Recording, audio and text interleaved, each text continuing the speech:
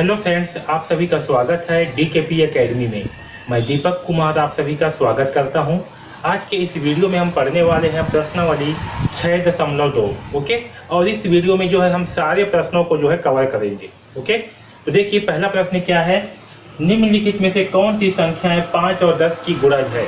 ठीक है, हमें क्या ज्ञात करनी है, हमें ज्ञात करनी है कि कौन सी संख्याएं हैं जो 5 और 10 की गुणज है। तो सबसे पहले समझते हैं कि गुणज क्या होती है। ठीक है, तो गुणज मतलब होता है गुणा। क्या गुणज मतलब गुणा, जैसे कि 5 का गुणा अगर हम 1 से करते हैं क्या प्राप्त होगा, हमें 5। ठीक है, वैसे ही 5 का गुणा 2 से करने पर क्या प्राप्त होगा, 10। 5 का गुणा 3 से करने पर क्या प्राप्त होगा, 15।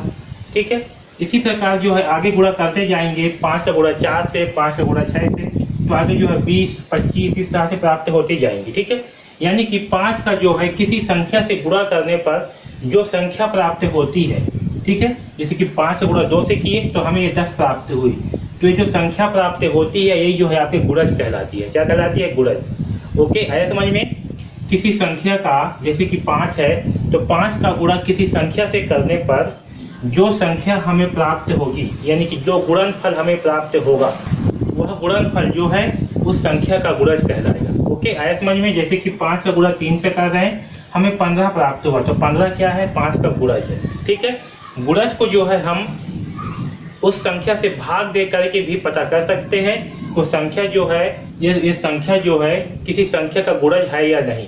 जैसे कि यहाँ देखिए एग्जाम्पल के तौर पे 205 है। ठीक है, तो 205 को जो है हम 5 से भाग दे करके पता कर सकते हैं कि ये जो है 5 की गुणज है या नहीं। अगर यह संख्या 5 से पूरी तरह से विभाजित हो जाएगा, इसका मतलब क्या है कि संख्या जो है 5 का गुणज है। ओके, आया समझ में। तो हमें जो है यहाँ पास निकालना है कि कौन सी संख्या 5 और 10 की गुणज है। ठीक है, तो हम जो है इसे विभाज्यता के माध्यम से जो है पता करेंगे कि कौन सी संख्या 5 और 10 की गुणज है। ओके,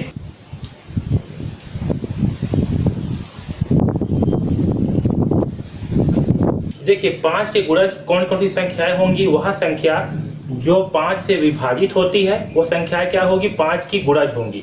तो 5 से विभाज्यता के लिए क्या है, तो जिस भी संख्या का अंतिम अंक 0 या 5 होगा वह संख्या क्या होगी, 5 से विभाजित होगी। ठीक है, तो हमें जो है इसमें से उन संख्याओं को खोजना है जिसके अंतिम में 0 और 5 हो, वो संख्याएं जो है 5 की गुणज होंगी। ठीक है, क्योंकि वह संख्या जो है 5 से विभाजित होगी। ठीक है, तो देख करके बताइए अंतिम में 0 किसमें है, इसमें है, तो 5 की गुणज होगी 9560।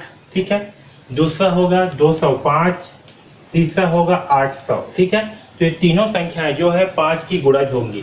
ओके, अब देखिए 10 की गुणज कौन कौन सी संख्याएं होगी, तो जो संख्याएं 10 से विभाजित होगी वो संख्या क्या होगी, 10 का गुणज भी होगी। ओके, तो 10 से विभाज्यता के लिए क्या कंडीशन है, तो जिस भी संख्या के अंतिम में 0 होगा वह संख्या 10 से विभाजित होगा। ठीक है, तो 10 की गुणज क्या होगी, जो संख्या 10 से विभाजित होगी वो संख्या भी क्या होगी, 10 की गुणज होगी। तो 10 से विभाजित कौन कौन सी संख्याएं होती है, तो जिनके अंतिम में 0 होगा वो संख्या जो है 10 से विभाजित होगा। तो हमें जो है खोजना है कि किस संख्या के अंतिम में 0 है। तो देखिए एक तो ये संख्या है 9560 और दूसरा है 800। ठीक है, तो 10 की गुणज होंगी 9560 और 800, ये दोनों जो है 10 की गुणज होंगी।